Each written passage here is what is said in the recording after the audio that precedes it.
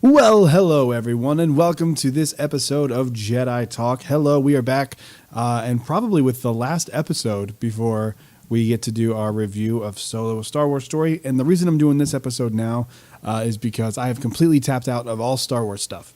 I'm done. I'm tired of seeing stuff.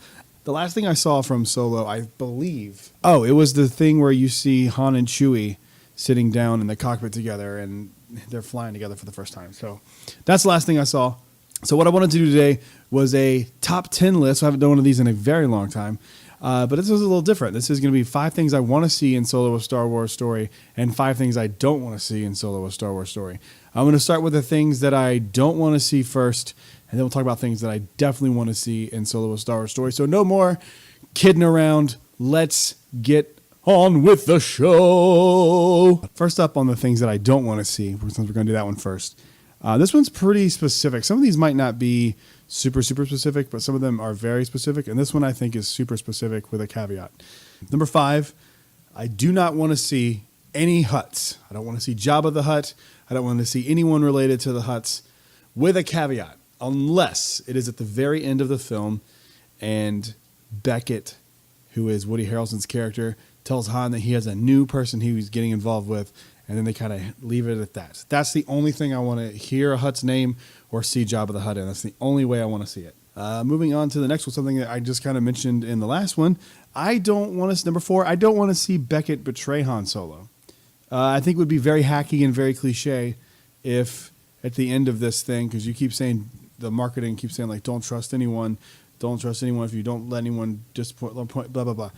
If Beckett betrays Han, that is going to feel like a cheap move, and honestly, if that happens, I'll be pissed because it's a little too obvious. So I hope that doesn't happen, but if it does, it will be the worst thing that ever happened. But please, God, don't do that. I would like it to be Kira that betrays Han, or, if Kira ends up being Enfys Nest, that would be interesting. Who knows? But I really, really don't want to see Beckett betray him. I feel like that would just be... Lawrence Kasdan is a much better writer than that. I don't think he would do something that cliche. But you never know. So I really hope that does not happen, though.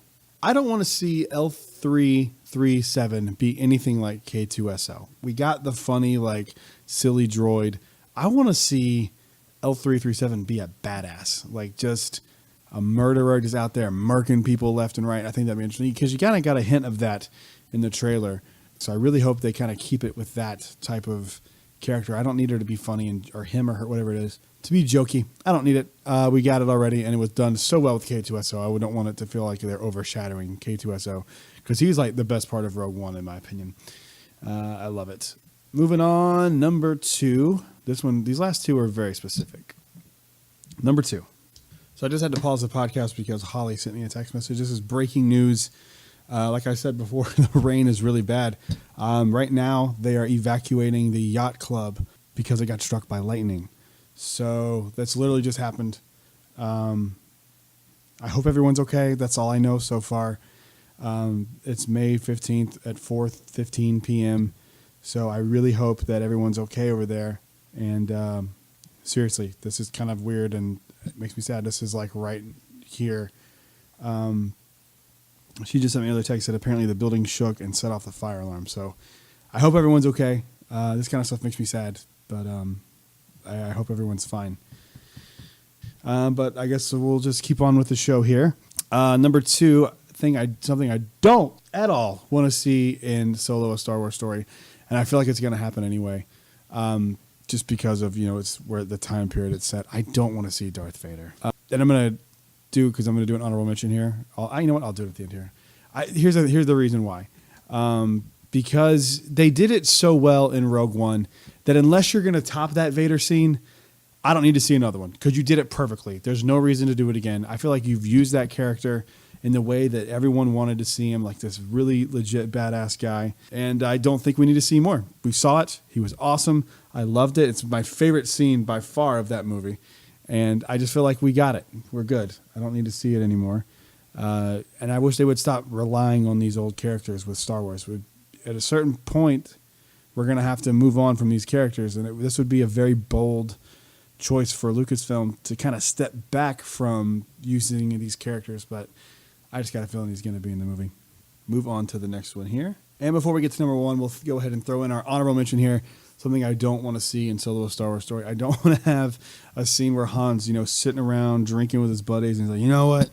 Or whatever it is.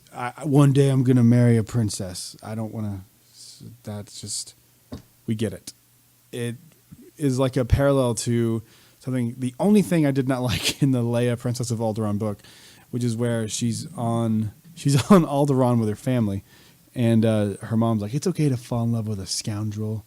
And I was just like, oh, God, okay. We get it. She marries Han Solo. I don't want them to do that in this movie. I just feel like it would be corny and cheesy. Now, if they mention Alderaan, I'd be okay with that.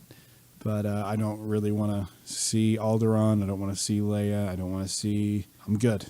I'm good. And the number one thing that I definitely do not want to see in this movie kind of ties in to my reasoning for the last one, Boba Fett. I have no desire to see Boba Fett in this movie. I got a feeling we're going to see him in it like we see Vader. But even as like a presence, I don't want Boba Fett in this movie. I mean, if he ends up being in a movie and it ends up working and it's cool, I'll be fine with it. But if you're just strictly going like, hey, what do you not want to see? Boba Fett. I have no desire to see Boba Fett. So I hope they keep him out of this movie. And I think they will, because now they're saying that the new Jon Favreau show takes place in between the Battle of Yavin, after 7 years after the Battle of Yavin. So that would be more of the Boba Fett time frame. But again, it's relying on an old character that I'm not... It's kind of a sacrilegious thing to say. I'm not a huge Boba Fett fan in the first place. So like he's like Phasma for me of the new generation. Like he looks cool, but there's not really much to him there. And I don't really need it. And I hope he's not in Solo: A Star Wars Story, because I feel like it would be, again, like a cheap way just to use a character that everyone knows and a lot of people like to be in the movie. So I hope they don't do that. But that is the things I don't want to see. Now let's talk about some things that I do want to see in Solo: A Star Wars Story. Here's what I want to see. Number 5. And some of these we already kind of know we're going to get in a way, but I really want to really dive into this and see what happens. Number 5, how Chewie and Han became friends. And not like how they're like, hey, what's up? I'm Han. Hey, I'm Chewie. What is the moment that makes them this inseparable bond? That's what I want to see. I want to really, really explore that. I've really liked Chewie a lot. He is one of my favorite characters in Star Wars. He always has been. And now that my daughter loves him, it's even more. It will be something I really, really want to see. This was the one that I really tried to not put in the very top. I was hoping that I could keep this off the list, but when I thought about it, I was like, I really have to have this on here. This is something, because I love The Last Jedi so much, that I really, really, really want and need to see, because I feel like a lot of people didn't know about this when they were watching The Last Jedi. I want Sabacc dice heavy in this film, and not just a relic of like a symbol of Han Solo, but how much those dice actually meant to him, that he put him in his favorite ship. What we know, he got them from, he beat Lando in a game with Sabacc, but I feel like that means more to him than just that. I feel like maybe the Sabacc dice symbolizes freedom and his ability to get away from this lifestyle that he hated being in so much, obviously because it's why he left. And I would be really interested to see that. I want to see how those dice are a piece of him, literally, not figuratively, like literally, like this is, I think of something that your mom has that you go like, that's my mom's thing. I would like that to be how you feel when you see the Sabacc dice going back and rewatching The Last Jedi. Number 3, this one I think we're going to get, obviously, because there has to be an antagonist to every film, but I want to get a new interesting villain. I don't want just some throwaway villain where you're like, okay, who cares?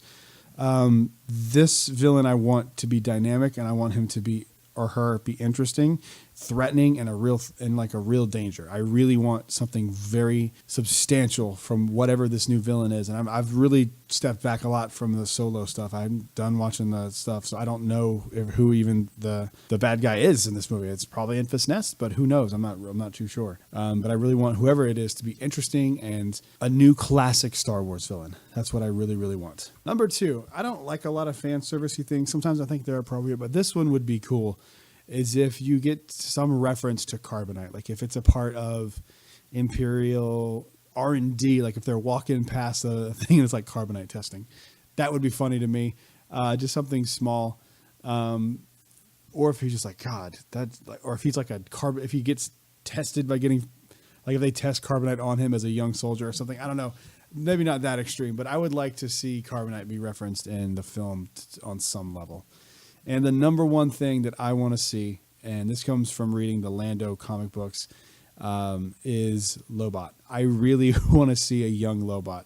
If you don't know who Lobot is, if you're not like as deep into this as I am, if you think about Empire Strikes Back and you think about Bespin, the Cloud City, he's like Lando's little assistant guy. They're buddies, and he plays a big part in the comic books. And he's a great character in the comic books.